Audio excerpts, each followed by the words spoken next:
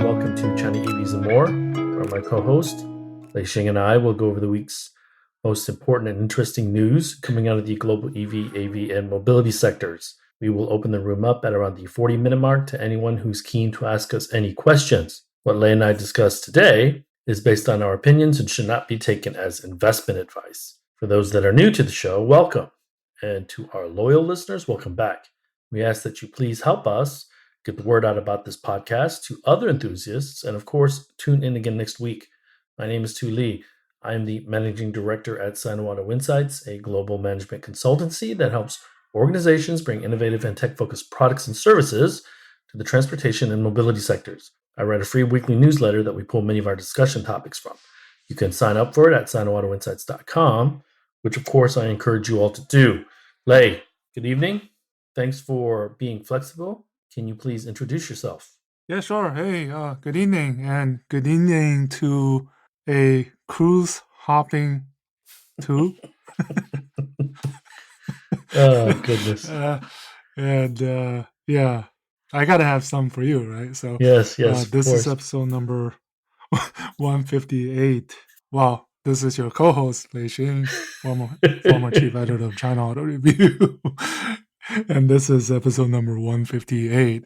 It's March Madness again, and for those of you that watch college basketball, you know what I mean, but in the China EV world, it's March Madness every single goddamn week, if not every single day. And the Li Auto mega madness, the mega mess, the mega misses continues. Maybe we should start there. So this week, Li Auto had to adjust their guidance for Q1 because the sales numbers and for March weren't coming in where they thought they were going to. So rather than 100,000 units for sales for Q1, which is respectable considering that Chinese New Year is part of Q1 always, they lowered their guidance to 75,000 units. So partly weakness in its current lineup of EREVs, but also a bit of weakness on mega sales. Now, Lei, can you enlighten us on what you think some of those reasons for the softness is outside of the normal seasonal Q1 Chinese New Year sales drop? Well, yeah, first of all, I don't remember the last time I saw, let's say, a public listed, let's say a startup, and there's only 3 of them. If we talk about the China Big 3, NIO, Li Auto, Expo, issued a statement revising or reducing the guidance for quarterly delivery. I don't remember the last time that happened, if ever. I do not either. This is quite rare, I think, and I think it's Li Auto is dumbfounded because it totally, I think it was probably out of everybody's expectations, certainly out of their own expectations of how this turned out. But then again, in retrospect, the competitive world of China EVs, companies often like to exaggerate things, and Li Auto being one of them. And the case in point, when they say at the very beginning before launching this, even revealing this model, that this is the best vehicle of any energy type, ICE or BEV or PHEV or EREV under renminbi 500,000. And when you have that kind of lofty expectations, I was chatting in the group, right? It's a case of the higher expectations you have, the harder you fall. And that's what happened to Li Auto. Yeah, I would agree that they set themselves up for this, but also that they learned from the best. Li Xiang learned from the best, and that's Elon Musk. And with Elon, a lot of bold statements have been made, most of them with regards to product introductions, with regards to technology advancements for his services or his products and features have not come in the timing that they originally were announced to have come, but also at the level of capabilities. And so it's a little Trumpy, it's a little Elon-y, but also Elon is non-apologetic about this, whereas Li Auto, before the end of the quarter, are updating their guidance, which is a little bit unusual, as you'd mentioned. So, and all I can say is up until a social media post that compared the Mega to a Coffin, all I saw was pretty positive reviews and initial takes on the Mega. So I think you and I think that that has, and this has nothing to do with their other products, the EREF products, but the Mega not being as successful as they originally thought. I think that social media post plays a role because it basically went viral, It and went south. it's been very, very consistent over the last few weeks. So And down goes our, or maybe my prediction at the beginning of the year that they're going to beat BBA or ABB. And down goes that 800,000 unit sales target. They didn't explicitly say it, but it's obvious. I think that the expectations must be tempered down now that they put out this statement. well, That now they need to start, and I'm sure they're doing this. They're likely looking at price reductions.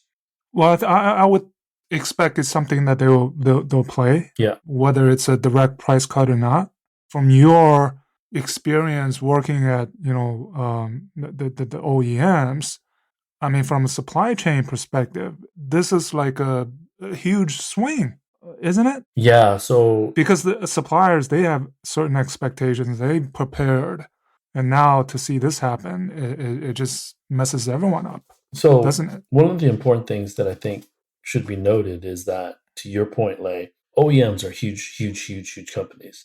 They book hundreds of billions of dollars of revenue each year, selling millions of cars. And Li Auto, it's a startup, but still a $14 billion company. So it's a big company. Most Chinese, and we're talking upmarket, probably tier two to tier four, they're going to be in a third tier city and these small factories. And so they don't have the credit lines that a lot of these tier one companies do. So when Li Auto master production schedule hits their forecast, they're out buying raw materials in order to build to that master production schedule. So when the Li Auto is cutting their forecast or master production schedule or pushing out, sometimes you can't cut it, so you push it out, meaning that if it's a 12-week schedule and you're supposed to build 500 megas in week 2, 500 in week 3, and then change the master production schedule to say 200, 200, and then push those 600 into the later weeks, that screws up the whole supply chain. The how it affects the lower tier suppliers is you've bought 500 pieces and you were supposed to ship them in week 2 and week 3. Now you can only ship 200. So that's 300 pieces that you're probably sitting on in inventory for a number of months or a number of weeks. Again, it might not sound like a lot, but when you are going paycheck to paycheck, that's money that you could have used for something else that you can't use now. Okay, that's capital. And so that's how delicate, when you move higher up into the supply chain at the tier 2, tier 3 level, that's how delicate it is. This Li Auto update is, I think, also a reflection of two things. One, the current economic, headwind that China is facing. Two, how difficult it is to crack the BEV MPV segment. Remember, the X9 is currently the top selling BEV MPV, but models like the Denza D9, their DMI, the plug-in models sell a lot more. So I think it's a reality check of how difficult it is, especially at that price point, right? 560,000 RMB, which is what, 80, 90,000 dollars, is not what the auto expected. So that's why they're talking about this 0 to 1 as opposed to 1 to 10 jargon. I don't think the West really understand it. But Here's my question to you, Lei.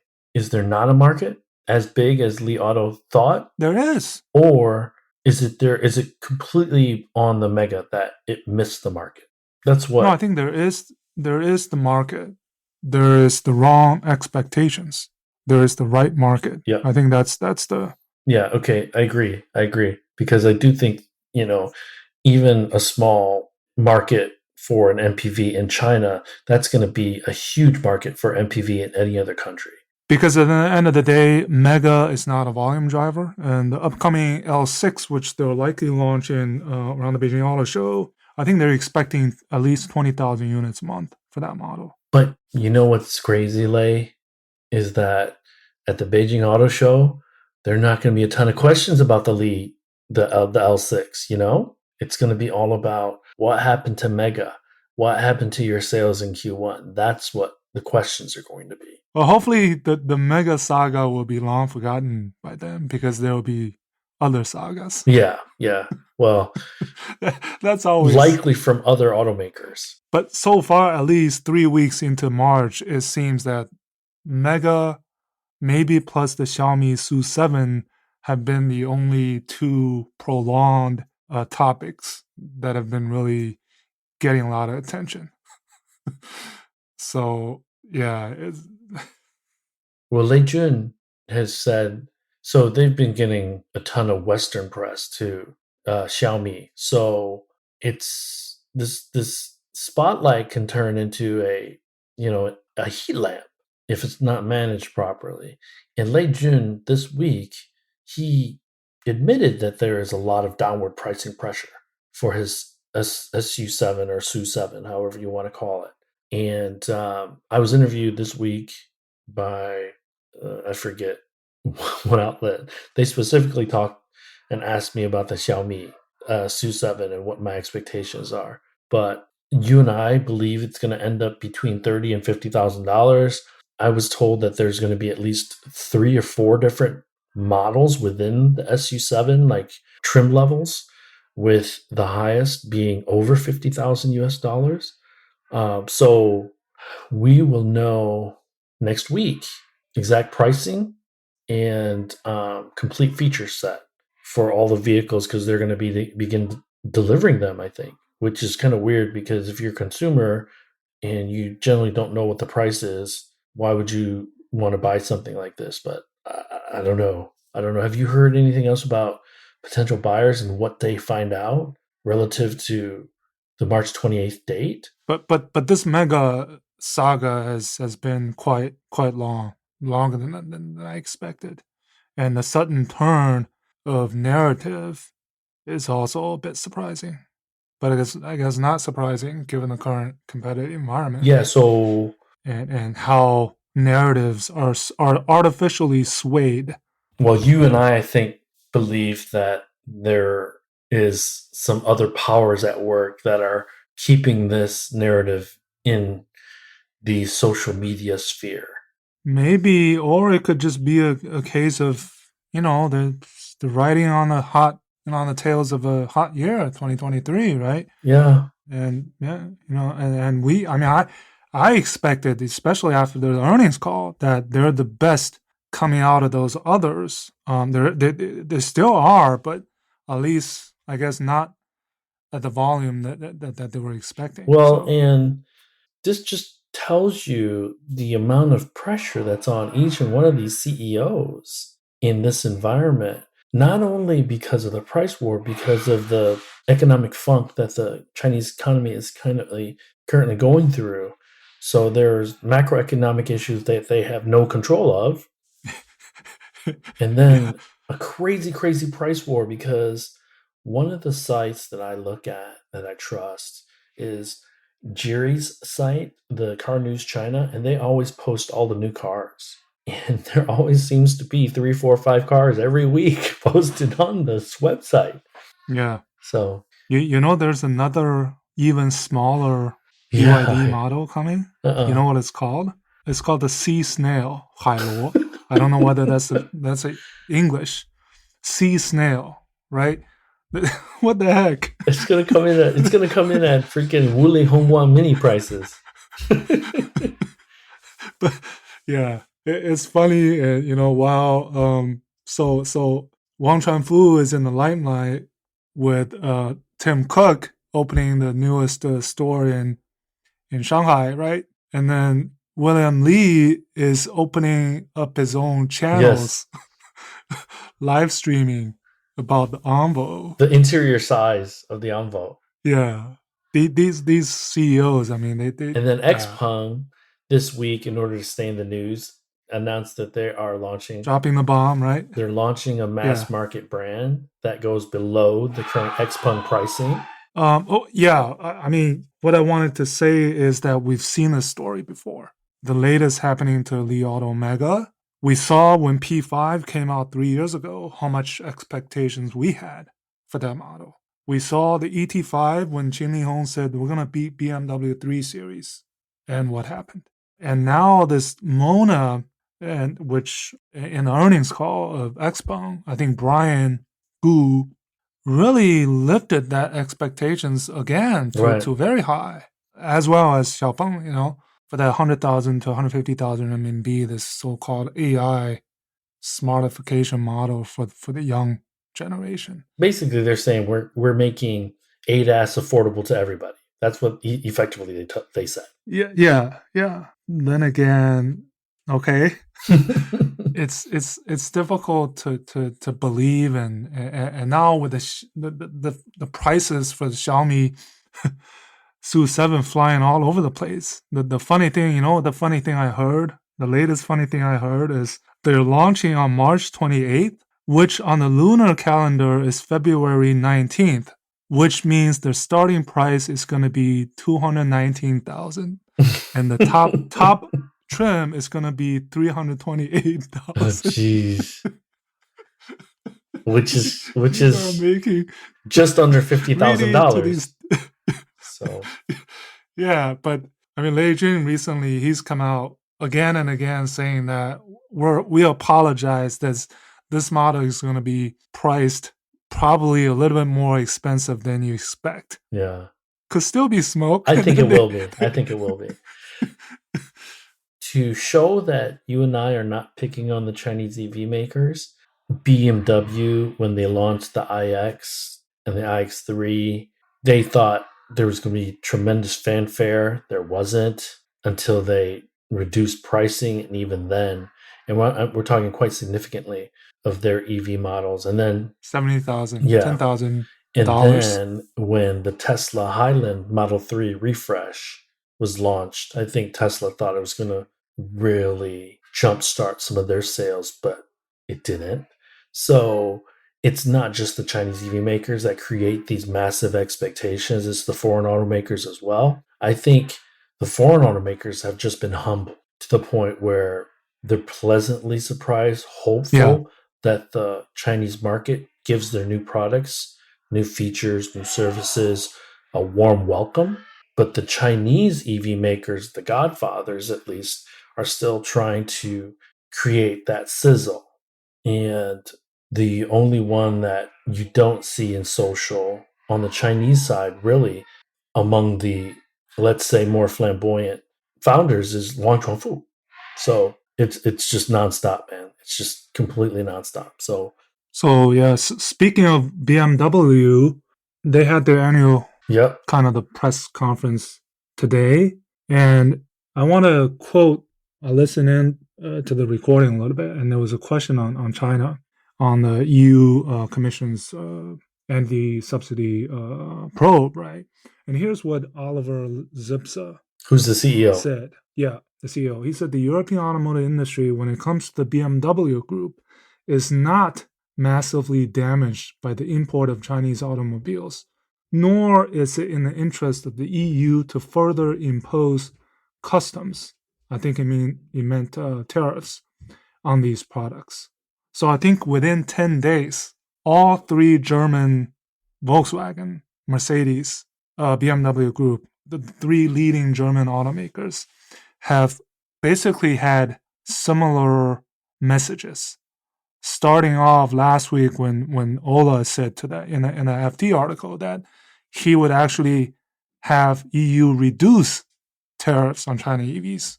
And Oliver Blumer last week saying that they do not seek protection.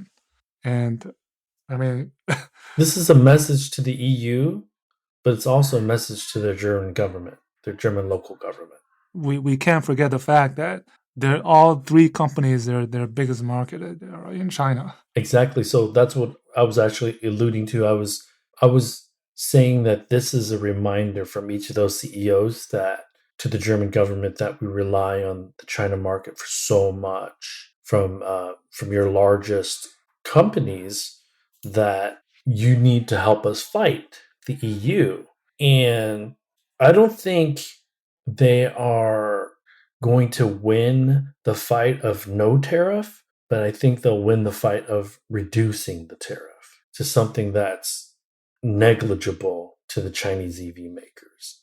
And this doesn't bode well for the Peugeots, the Renaults. Would you consider Smart a premium? Would you consider Mini a premium? Because they're kind of tweeners to me. And I see risk for them specifically, not so much the BMWs, the Audis, the Porsches, and the Mercedes, but the brands under them that will compete more directly with the Chinese brands. So, Yeah. well, the other thing that we should talk about, Lei, is maybe the EV100. What did you get from the EV100? Yeah, well, I was going to ask you about that because I didn't pay too much attention over the weekend. I was a little bit jet lagged, to be honest.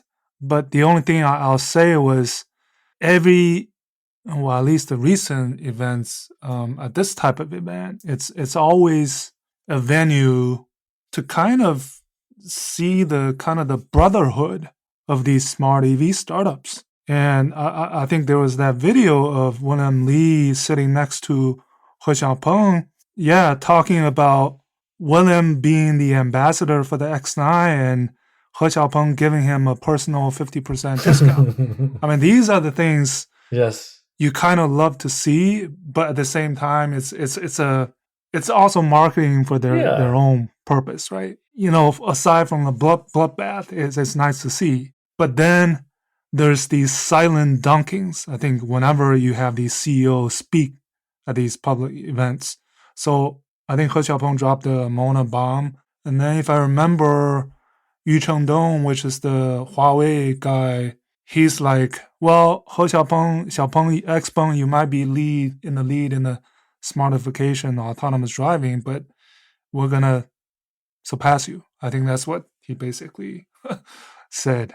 Other than that, I don't know, any particular interesting sights and sound you picked up? Yeah, so same things. I think Huawei also said that they would be profitable, and which is a bit surprising to me, to be quite frank. But yeah, the social media post by Li Bin and He Xiaopeng, and this also was the opportunity for Wang Chuanfu and Tim Cook to have a photo op, because a reminder to the people that do not know or remember, BYD has had a long-standing relationship with Apple before the car days. So that shouldn't be a surprise to see them together. Yeah, I think it's still a surprise to a lot of people.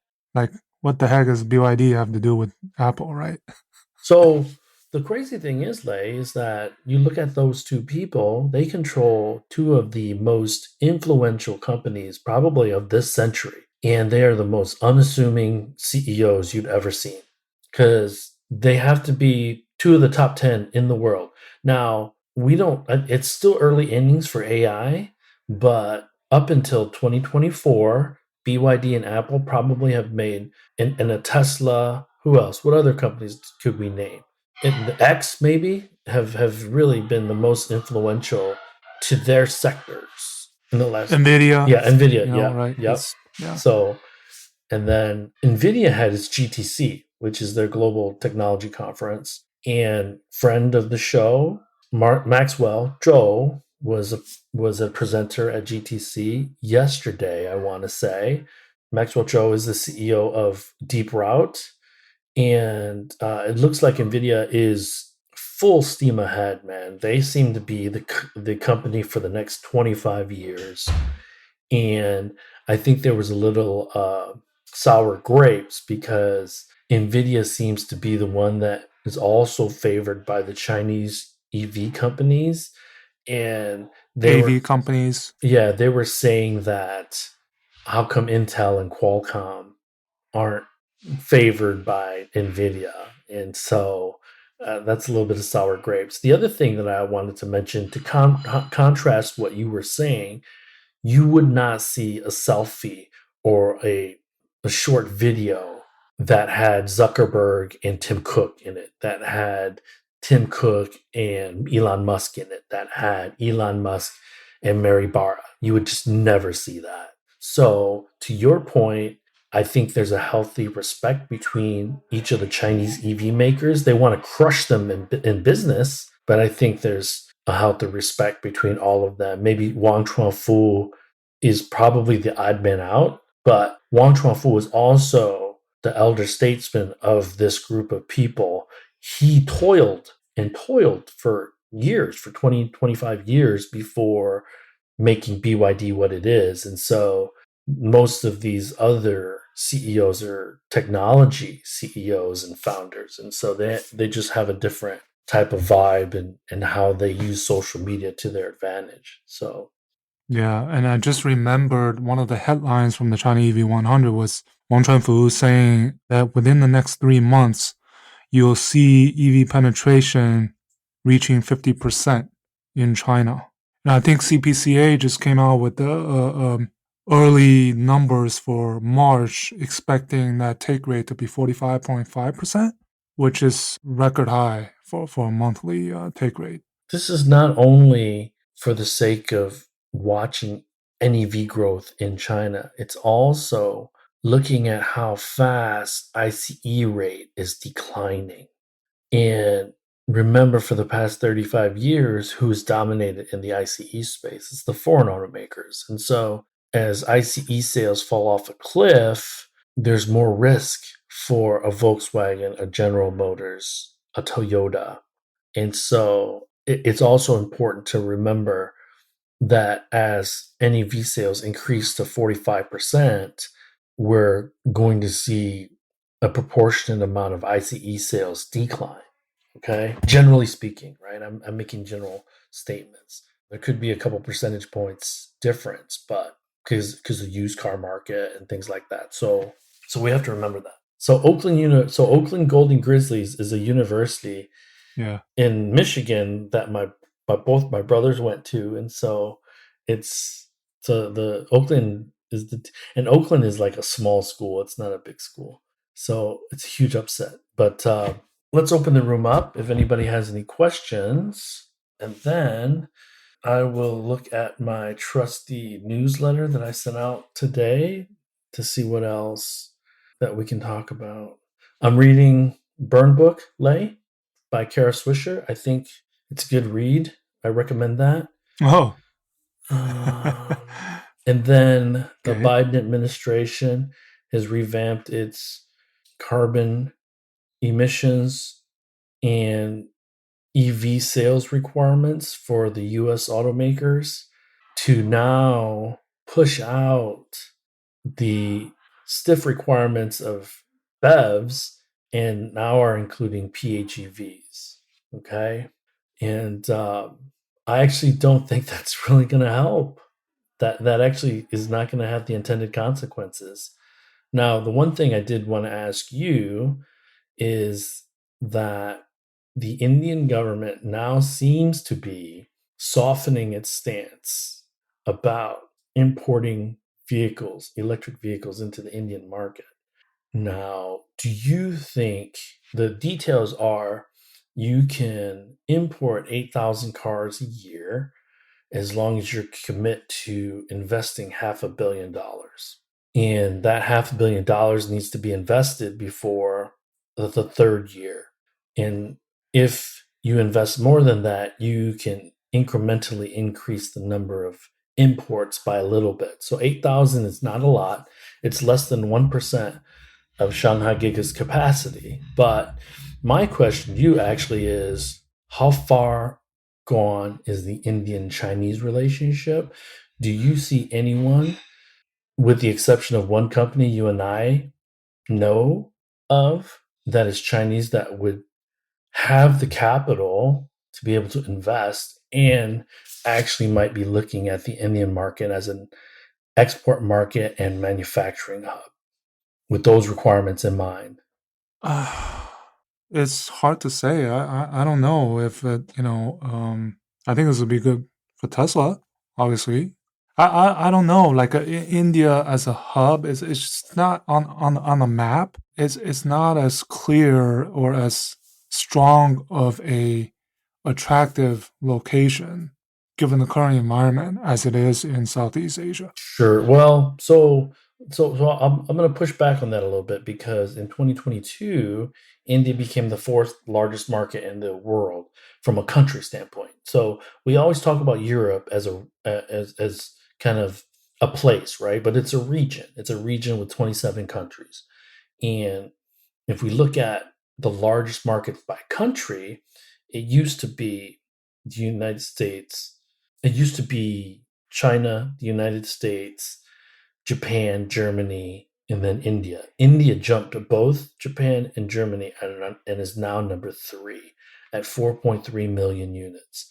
That's miles away from the United States and miles away from China. But back in the envelope calculations, and 8,000 units a year is not going to do anything to Tesla's sales numbers. But if they come out with a $25,000 car, are able to build it in India, ship it to Singapore, ship it to, it might be more practical because at the end of the day, if we get to 45, 50%, 55% take rates in China, that 1.2 million, 2 million units can conceivably be from 1.2 to 2 million units in Shanghai could conceivably domestically be consumed. Okay. That's barring any politics or and assuming that Tesla continues to launch new vehicles in the market, right? So that's why I think that the Indian market is actually kind of has huge potential for them. Okay, and it's a counterweight, right? Because if there's any challenges in the Chinese market, at least they can kind of dial up the Gujarat giga maybe. So I'm just seeing this statistic given out by one of the OEM presidents. He said this is very interesting statistic that we've never kind of calculated this way. He said that in 2023 there were 403 NEV models on sale in China, and if you break out, excuse me, if you break it out in terms of average sales per month, it's only 1,500 okay, per month. Uh, that's crazy. There's too many models, and there's more coming. So basically, I think this is 403 multiplied by 1,500, or let's say 7-8 million vehicles divided by these models and divided by 12, I guess, to get to the average monthly sales. It's crazy. That's why, going back to the earlier topic on the Mega, it's very difficult to have a blockbuster model, let's say a single model that's taking significant sales. I think the only model I would say, I think Wuneng Mini EV would be one of those blockbuster models in the early days of the pandemic, like 40, 50,000 units a month, one model, right? But it's very difficult to have this, this environment, to have a single model that sells in the, that type of sales range volume. well, you could say the Model Y is the only car that does that, and that would be globally because it's the best-selling vehicle. 1.3 million units, I want to say, last year. So that's that. So Tesla should be applauded for that.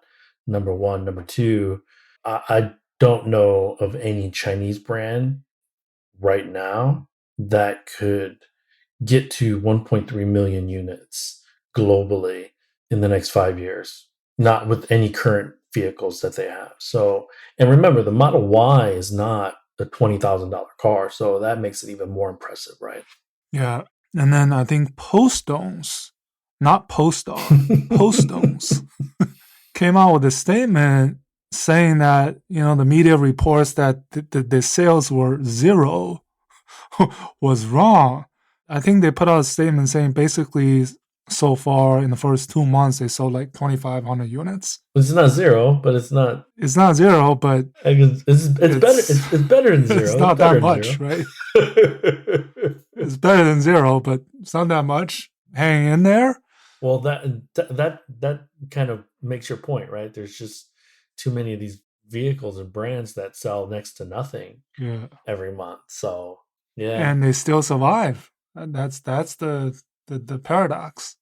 Well, did you see that there's two brands that are going to be revived in which province? There's a brand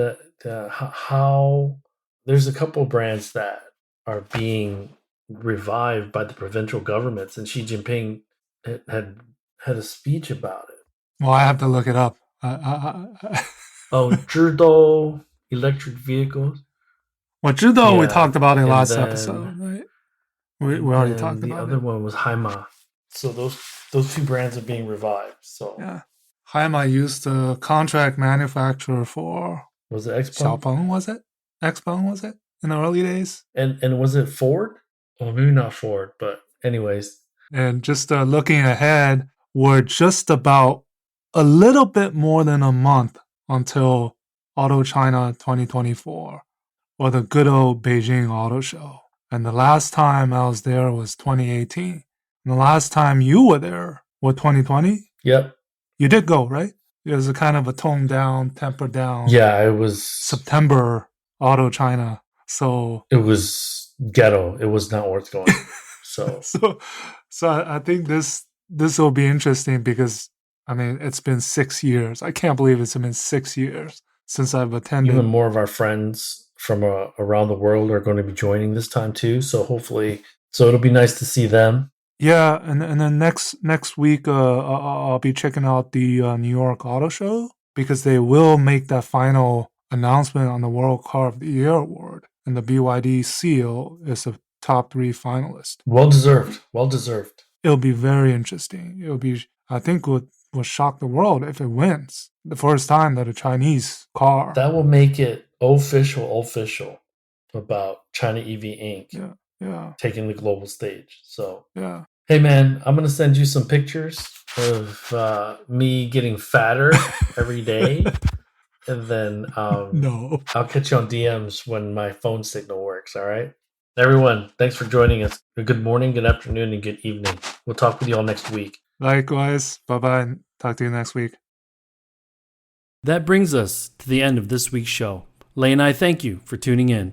My name is Tu Li, and you can find me on Twitter at Sino Auto Insight. That's SinoAutoInsight. You can find Lei on Twitter at LeiXing77. That's LeiXing77. If you wouldn't mind rating and or reviewing us on Apple Podcasts, Spotify, or wherever you grab your podcast from, we'd appreciate that as well. Even better, if you enjoy this show, please tell your friends about it. Please join us again next week as we track down all the latest news on China, EVs, and more.